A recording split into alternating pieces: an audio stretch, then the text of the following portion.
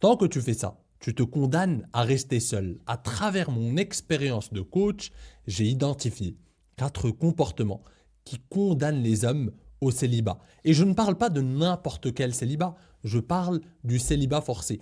Parce qu'effectivement, le célibat, c'est une période par laquelle tous les hommes passent. Les hommes séduisants, les hommes qui ont des options sont souvent célibataires aussi. Et ils attendent d'être engagés, d'être pleinement investis avec une femme qui leur plaît pour aller plus loin. Ce n'est pas le même célibat que le célibat forcé. Le célibat forcé touche les hommes qui manquent d'options. Donc 80% des hommes aujourd'hui, disons les choses. Donc le premier comportement, ou tout simplement la première erreur qui te condamne à rester célibataire, c'est que tu évites à tout prix le rejet. C'est que tu n'as pas compris que le rejet est ton allié en séduction. Et ça fait une grosse différence entre les hommes qui séduisent et le reste des hommes. La peur du rejet est le plus grand destructeur de ton potentiel de séduction. Pourquoi? Parce que ça te bloque à l'étape 0. Si tu es bloqué par la peur du rejet, tu n'abordes aucune femme, tu n'approches aucune femme, tu ne rencontres aucune femme et donc tu ne séduis aucune femme. Donc tu es bloqué à l'étape 0, tu ne joues même pas, tu n'es même pas sur le ring. On ne parle même pas d'un homme qui perd, on parle d'un homme qui ne joue pas. Il est sur le banc de touche. C'est ça le problème avec la peur du rejet. Et la différence entre les hommes qui séduisent et le reste des hommes, c'est que les hommes qui séduisent à travers leur passage à l'action, ils ont compris une chose essentielle. C'est leur interprétation du rejet qui fait la différence. Là où l'homme qui manque d'options va voir le rejet comme une fin du monde, comme un jugement de sa valeur, l'homme qui séduit comprend que le rejet est tout simplement une étape ou un allié qui l'aide à éliminer les femmes désintéressées. Et c'est même sain et productif de rencontrer un rejet. Plus tu rencontres un rejet très tôt, plus ça te permet de filtrer et de ne pas perdre ton temps avec une femme désintéressée. Donc les hommes qui séduisent polarisent l'intérêt des femmes. Le but de tout homme qui comprend la séduction, c'est de pousser une femme à se positionner sur une case. Intéressée, pas intéressée. Peu importe la case, mais il faut qu'elle se positionne très vite. Bien sûr qu'il aimerait que chaque femme qu'il rencontre se positionne sur la case intéressée, mais il est réaliste, il a de l'expérience, il a du vécu avec les femmes et il comprend que parfois il peut plaire, parfois il peut déplaire. Et ça fait partie du jeu, ça fait partie de son charme, ça fait partie de son charisme. Le charisme clive les intérêts, clive les opinions. En fait, un personnage charismatique, soit on l'adore, soit on ne l'aime pas. Il n'y a pas de juste milieu. Et la majorité des hommes, par manque de confiance en eux, cherchent le consensus, cherchent à plaire à toutes les femmes, cherchent à avoir l'approbation de tout le monde. Et en cherchant ça, ils finissent par ne plaire à personne. L'homme qui séduit comprend que le clivage est son allié. Donc le rejet est une preuve qu'il est vivant, qu'il a un impact, qu'il clive les intérêts. Parfois, il va être rejeté et parfois, il va être adoré. Il faut que tu comprennes ça. Ton interprétation du rejet est fausse. Ce n'est pas parce qu'une femme te rejette que toutes les femmes vont te rejeter. Ton seul but, ton seul rôle, c'est de pousser une femme à se positionner sur une case, intéressée ou pas intéressée. Le reste ne dépend pas de toi. Si elle se positionne sur la case désintéressée, ciao. Ça veut dire qu'elle faisait partie des femmes désintéressées et que c'est une perte de temps. Et tant mieux pour toi, elle te fait un cadeau. Tu vas pouvoir te rapprocher d'une femme intéressée. C'est comme ça que tu dois penser. Et c'est comme ça que les hommes séduisants qui ont de l'expérience pensent. L'homme qui manque d'options pense tout le temps en termes de si je me fais rejeter, c'est la fin du monde, c'est un jugement de ma personne, c'est un jugement de ma valeur, et donc je cherche à tout prix à éviter le rejet. Et qu'est-ce qui se passe quand tu cherches à tout prix à éviter le rejet? En fait, tu es bloqué, tu ne passes plus à l'action, tu n'arrives plus à exprimer ta personnalité. Quand ton rejet est la chose qui te préoccupe le plus, tu ne vas pas passer à l'action parce que ton but, c'est d'éviter le rejet. Ce que tu comprends, tu es concentré sur, c'est ce qui t'obsède le plus, c'est d'éviter le rejet. Donc, quel est le meilleur moyen pour ton cerveau d'atteindre cet objectif? Le cerveau est une machine incroyable. Il t'aide à atteindre tes objectifs. Donc, vu que toi, ton objectif, c'est absolument éviter le rejet, il t'aide à atteindre cet objectif en restant à ta place, en ne passant pas à l'action, en capitulant. Mais finalement, tu as une vie de merde. Il faut dire les choses. Tu ne vis rien, tu ne rencontres aucune femme, tu te sens impuissant.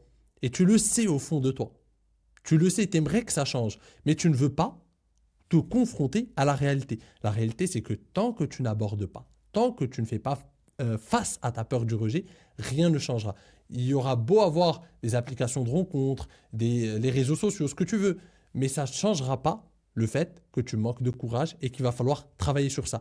Les applis de rencontres font que tu auras des miettes de temps en temps. Et d'ailleurs, si ça marchait, tous les hommes ne seraient pas célibataires aujourd'hui. Tous les hommes ne souffriraient pas de célibat forcé.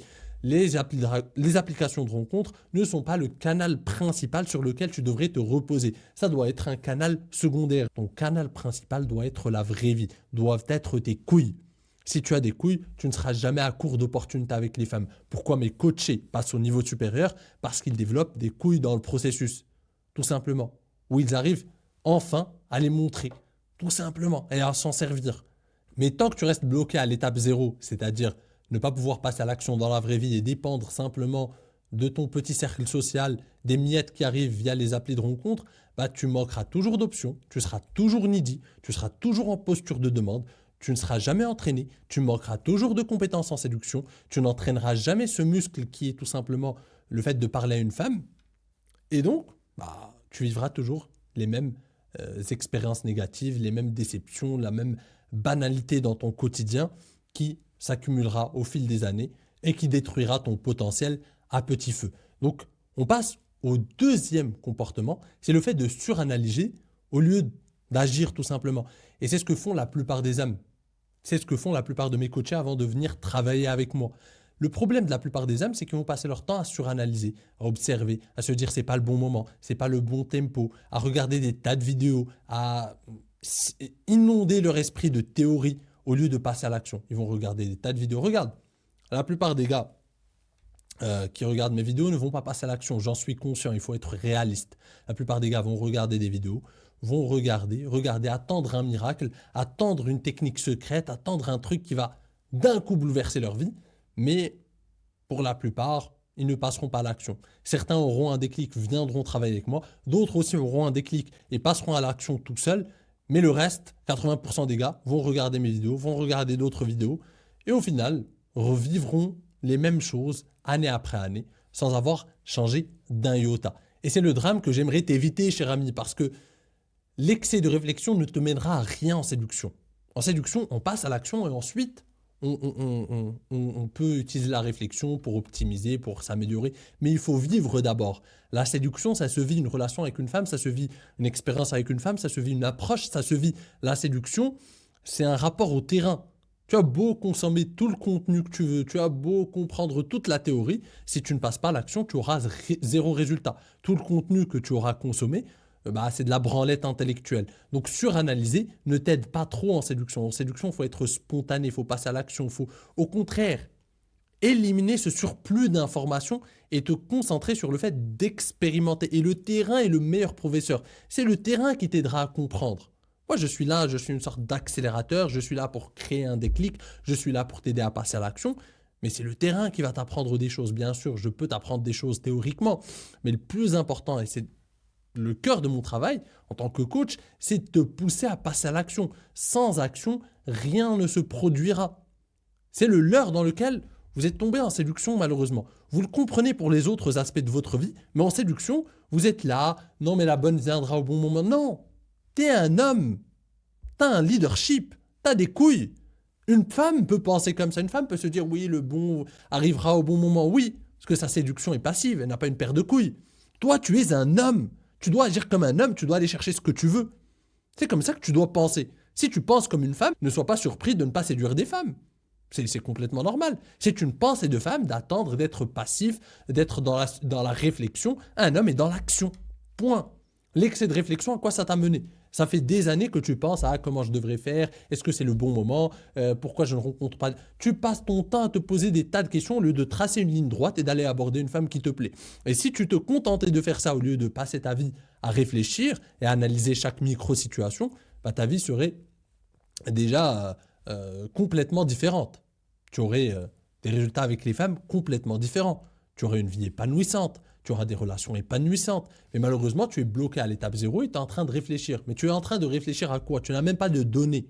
Si tu veux avoir des données et optimiser, tu dois rentrer sur le terrain. Rentre sur le terrain et ensuite, après les matchs, analyse tes erreurs, ce que tu pourrais optimiser. Mais toi, tu n'as aucune donnée, tu ne rentres jamais sur le terrain et tu es là. Tu attends, tu réfléchis, tu regardes des tas de vidéos, tu suranalyses, ça ne sert à rien. Encore une fois, c'est de la branlette intellectuelle. Ça cultive ta frustration, ça cultive ton impuissance, alors que l'action permet de créer une vraie dynamique et de commencer à changer ta vie. Les femmes ne récompensent jamais la réflexion stérile, le doute, l'hésitation. elle récompense le passage à l'action, l'audace, le leadership. Donc si tu veux que je t'accompagne dans ce processus, cher ami, tu es libre de réserver ta consultation gratuite et tu découvriras comment je peux t'aider à révolutionner ta vie amoureuse. Il est temps que tu changes les choses. Il est temps de donner à ta vie une nouvelle trajectoire, tout simplement. Ça ne sert à rien de ruminer, ça ne sert à rien d'être dans l'excès de réflexion, encore une fois. Il va falloir activer des actions polarisantes et faire des choses nouvelles. Il est temps que tu te bouges les fesses et que tu sortes de ta zone de confort. Et ça tombe bien, cher ami, je peux t'aider à révolutionner ta vie amoureuse. La balle est dans ton camp et le lien est en description. Troisième comportement, c'est tout simplement que tu cherches à être validé plutôt qu'à être authentique, être toi-même. Et encore une fois, ça rejoint les deux premiers, c'est que tu veux d'abord l'approbation des femmes. Tu cherches à être aimé, tu cherches à être rassuré. Et c'est pour ça d'ailleurs que tu vas souvent te surinvestir avec une femme, tu vas lui envoyer des tas de messages quand elle ne répond plus, tu vas paniquer. Pourquoi? Parce que chacune de ces réponses vient te rassurer. En fait, à chaque fois, tu as peur de perdre une femme, tu as peur de ne pas être assez bien, tu n'as pas confiance en toi. Et ce manque de confiance vient aussi du manque d'action. Tout est lié. Il faut que tu comprennes que tout est lié. Moins tu passes à l'action, moins tu as d'options, moins tu as d'expérience, moins tu as de conviction en ta capacité à plaire, et plus tu es donc needy, tu es dans une posture de demande, tu manques d'énergie masculine, et plus tu fais n'importe quoi et tu continues à cultiver ce cercle vicieux.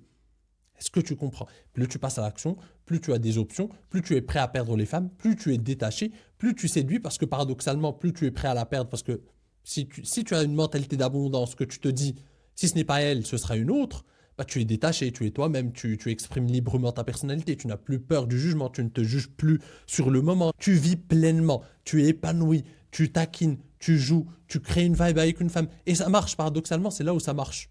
C'est là où C'est pour ça qu'en séduction, c'est ça le truc, c'est que c'est soit on a beaucoup de succès, soit on n'en a pas. Généralement, il n'y a jamais de juste milieu.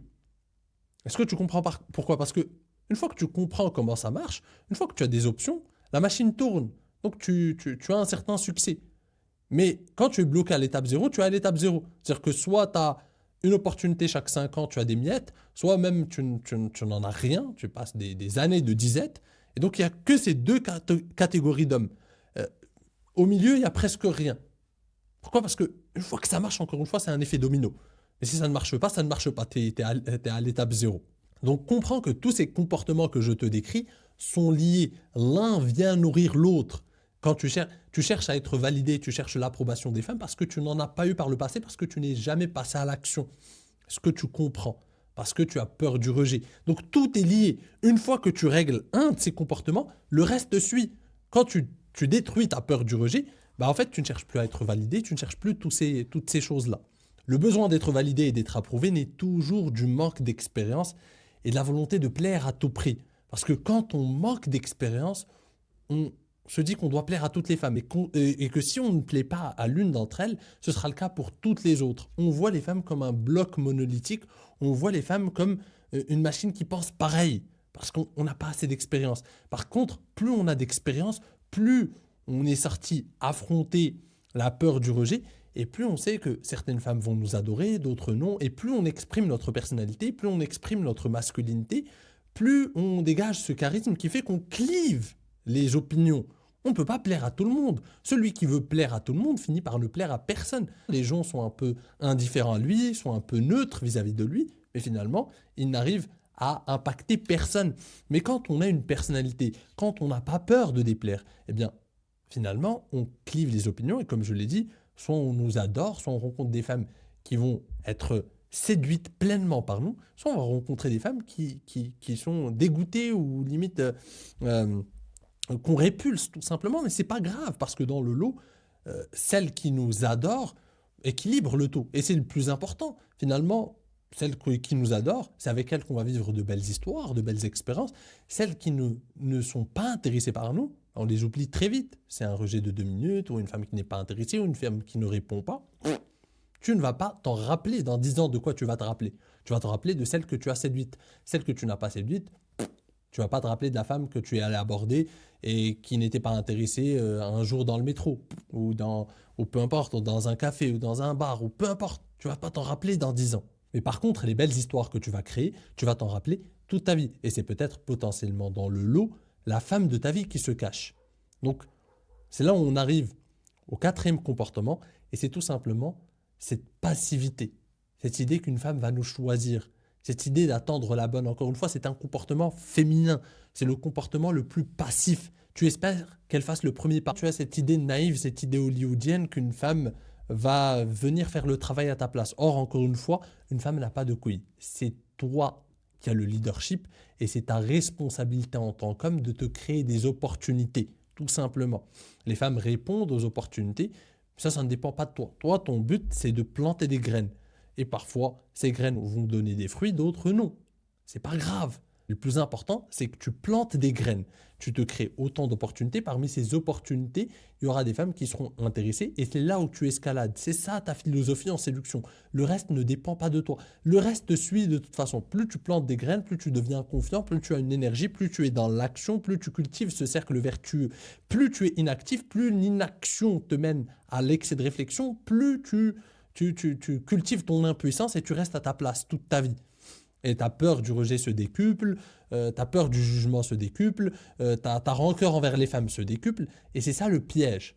L'action apporte des résultats, crée ce cercle vertueux. L'inaction crée l'impuissance. Et le comportement bonus qui détruit tes chances avec les femmes et qui te condamne au célibat forcé, c'est un truc que j'ai découvert qui est très pernicieux, c'est le statut de victime dans lequel on peut se complaire. Et à travers mes consultations, à travers mon travail de coach, je l'ai remarqué, il y a un profil d'homme qui est très lucide face à sa situation, qui vient me voir, oui Kamal, j'ai ceci, j'ai peur du rejet depuis le temps, je suis comme ça, j'ai peur d'être jugé, ma vie c'est de la merde, je ne rencontre aucune femme, je me dégoûte. Et il va être très lucide par rapport à sa situation, même excessivement, il va se juger trop négativement, il va avoir un discours interne trop négatif, mais il est conscient de sa responsabilité et de son problème. Par contre, au moment de passer à l'action, il ne fait rien. Que ce soit pour être accompagné, que ce soit pour tout simplement passer à l'action tout seul, rien du tout. Quand il faut passer à l'action, rien. C'est le néant. Il va repousser, il va reporter. Et pourquoi il reporte? Parce que on se complaît. J'ai compris qu'avec le temps, certains se complaisent dans ce discours victimaire. C'est bizarre, ça peut paraître fou, mais certains aiment finalement cette posture du monde contre nous, d'être dans, comme il me l'a décrit d'ailleurs, il me l'a décrit un peu ironiquement, comme dans le film de Jim Carrey, où finalement il est dans une pièce de théâtre où tous les autres autour de lui jouent à une pièce de théâtre et qu'il est le dindon de la farce. Eh bien, il se décrit comme ça. Et il est donc très lucide, encore une fois, face à sa situation, mais au moment de passer à l'action, il reporte. Il reporte. Pourquoi? Parce que cette situation, quelque part, c'est une zone de confort. Ça devient avec le temps une zone de confort. On se complaît, on est cette victime permanente, c'est le monde contre nous. Et le saut vers l'inconnu, le fait de changer, c'est plus coûteux énergétiquement que de rester dans cette situation et s'y complaire. Et c'est le cas d'énormément d'hommes. Peu d'hommes, finalement, ont le courage de prendre une décision radicale et de vouloir changer leur vie, être accompagnés, se faire coacher. La plupart des hommes vont rester là, vont se lamenter sur leur sort et vont se complaire dans cette situation. Et c'est ça le piège, malheureusement. Cette situation est très pernicieuse. C'est le pire des cas parce que lui, il ne peut pas être sauvé. C'est les hommes qui ont le plus besoin d'être sauvés et paradoxalement, ce sont ceux qui sont les moins enclins à être sauvés. Ils s'habituent à cette posture de victime et ils en tombent même amoureux, malheureusement. Donc, cher ami, encore une fois, si tu veux passer un cap dans ta vie amoureuse, tu es libre de réserver ta consultation gratuite à mes côtés et on prendra le temps de décortiquer ta situation pour voir si je peux t'accompagner et te faire passer un cap dans ta vie amoureuse. C'est le premier lien en description et de mon côté, je te dis à la prochaine et prends soin de toi.